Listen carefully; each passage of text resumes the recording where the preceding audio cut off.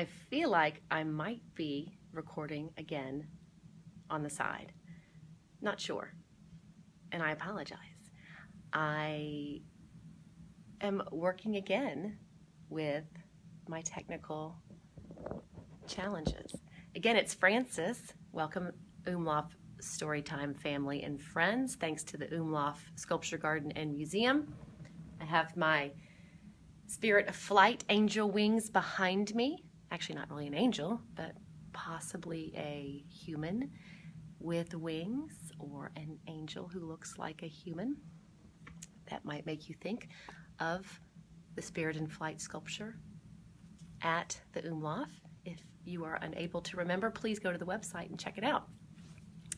Again, this is Frances, and this is Doug Unplugged, my book for today.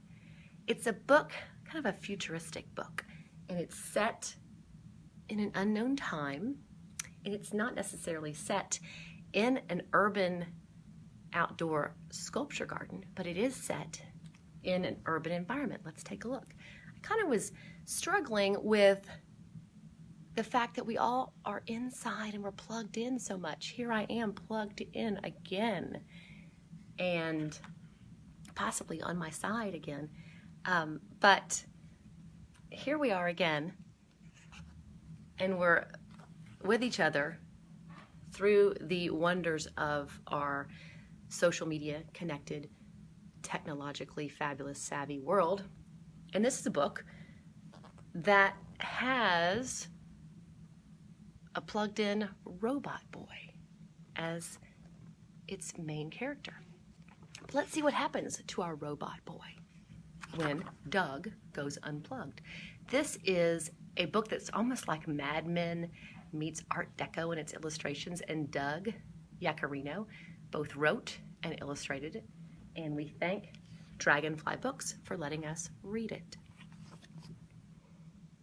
This is Doug. He's a robot. Each morning, his parents plug him in to fill him up with lots and lots of facts. They love their little robot and want him to be the smartest robot ever.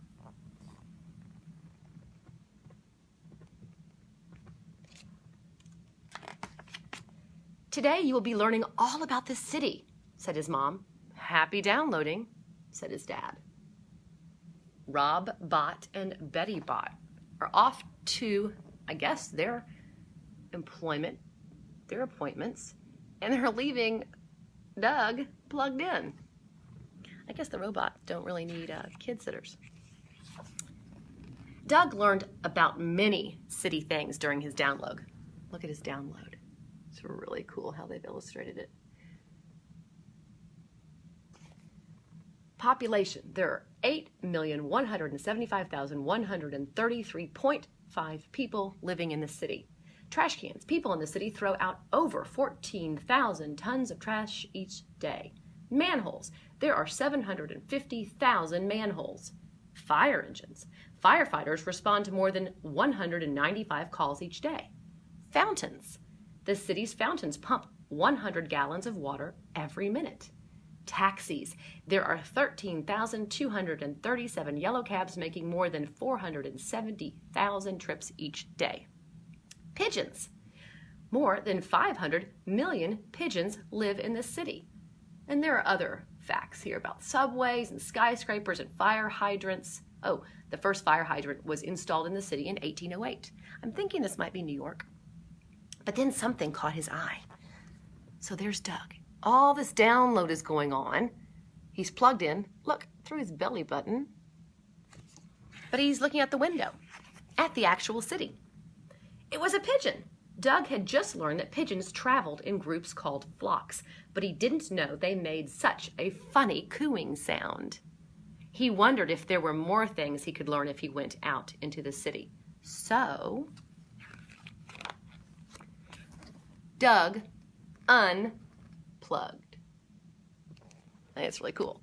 Doug Unplugged. And sort of, for those who might remember, Jetson-like, Doug's got a snazzy jetpack, backpack. Right away, Doug learned that if you flew into a flock of pigeons, they scattered. Sort of like us in Austin with a flock of grackles, but maybe not, because grackles really don't like to scatter. They just sort of like to hang around. Doug knew that cities were teeming with people, but he discovered that crowded sidewalks made it hard to see where you were going.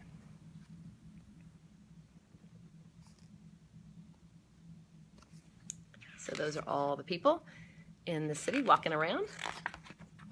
Doug found the subway. He already knew that subway trains ran underneath the entire city and that kids rode for free. And now he found out that subway trains screeched their way around corners. He couldn't wait to learn more. We don't have a subway here in Austin, but the Austin of the future might. Doug knew that skyscrapers had strong steel frames so they could be many stories high. But he was amazed by the view from the top of one. He could see everything. See how Doug is zipping up a skyscraper and peering into... Gosh, I wonder if that's his dad's meeting. And there's what makes me think it's set in New York, because it looks like there's a swath, a park right in the middle. Sort of like our Zilker Park, but that looks like it could be Central Park in New York.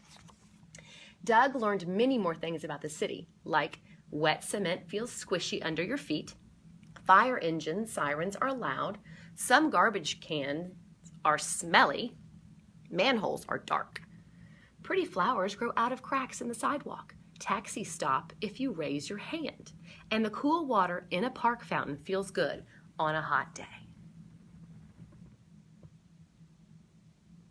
Like that last one.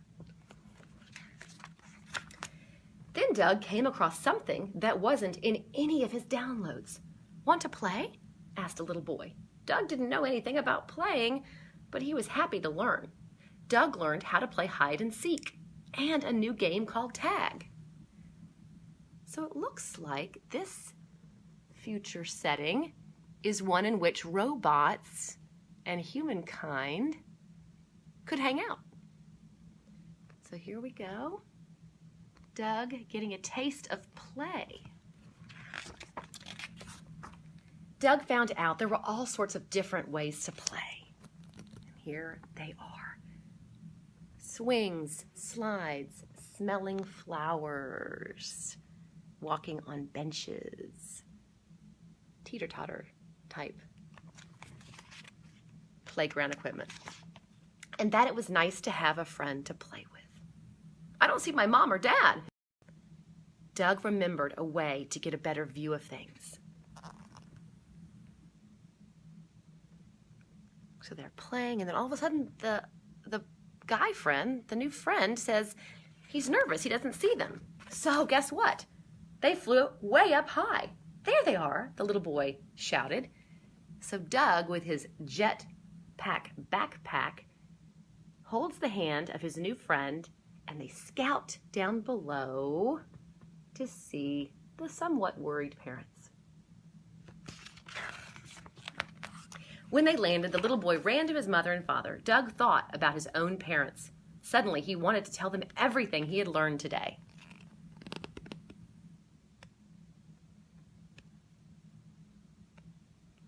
Oh, look. A sculpture. There's always a sculpture in one of my books.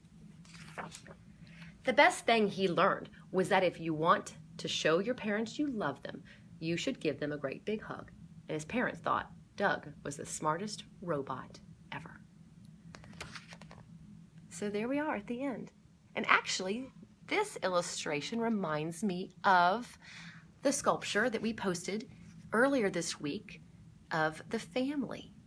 And I know families come in all sorts of configurations and units and types of people, but here we all have something that reminds me of our Umlauf sculpture, the family.